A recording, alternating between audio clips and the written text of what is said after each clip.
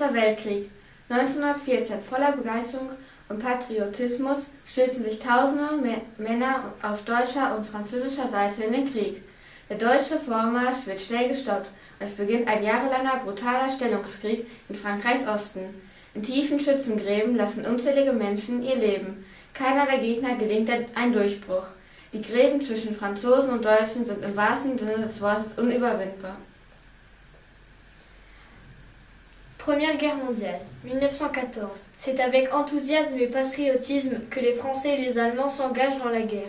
L'avancée allemande est rapidement stoppée à l'est de la France.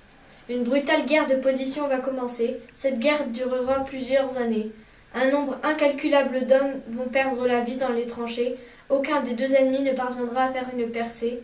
Les tranchées entre les Français et les Allemands étaient véritablement infranchissables.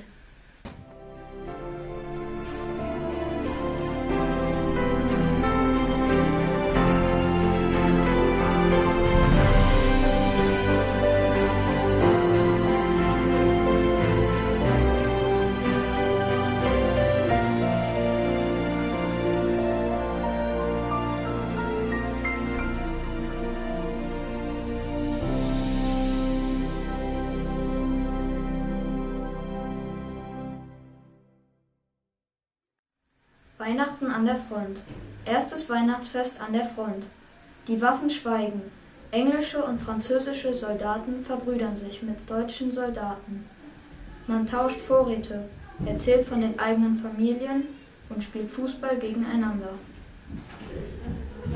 Noël au front. Première fête de Noël au front. Les armes se sont tues.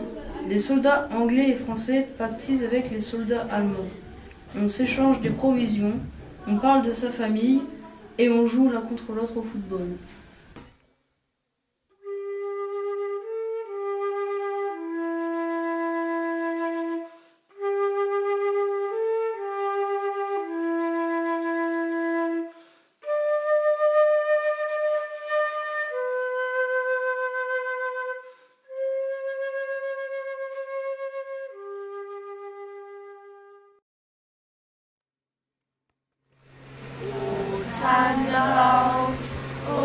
Tannenbaum, wie grün sind deine Gletscher.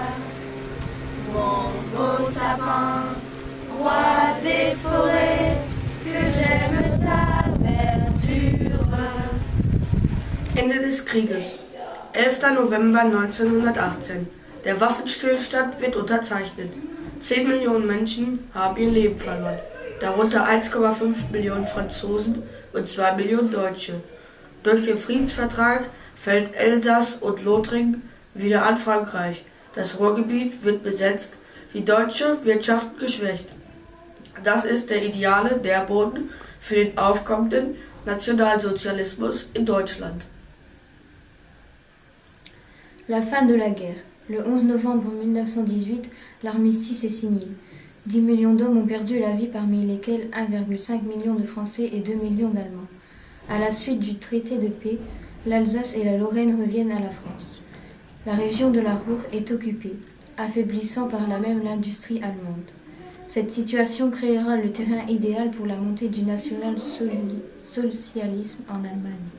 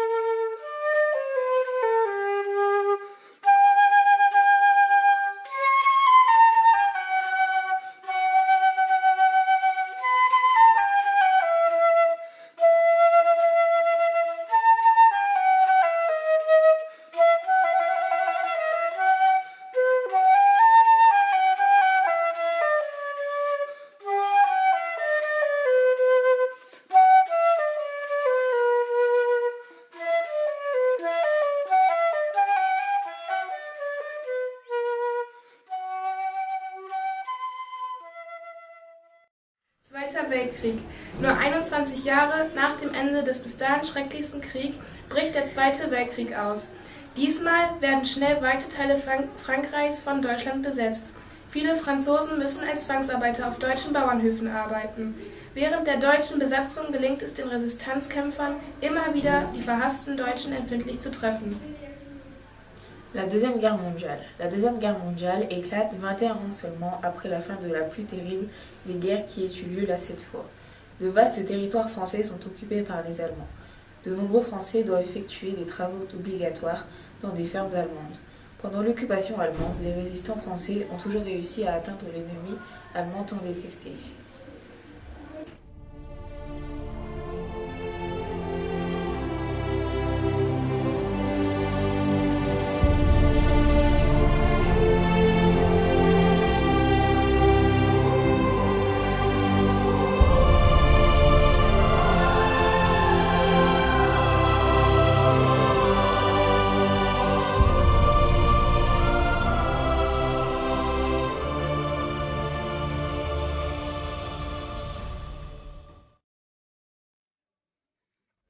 (1963) Brückenschlag über dem Rhein.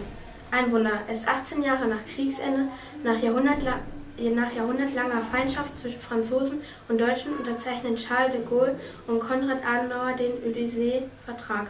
Das deutsch-französische Jugendwerk wird gegründet und über Städtepartnerschaften und Jugendaustauschen werden aus Feind und Freund. 1963, un pont sur le Rhin.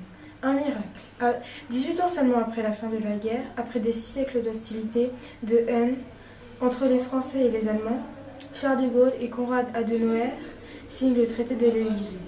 L'Office franco-allemand pour la jeunesse est créé et grâce à des jumelages entre villes et à des échanges internationaux entre jeunes, les ennemis de longue date sont devenus amis.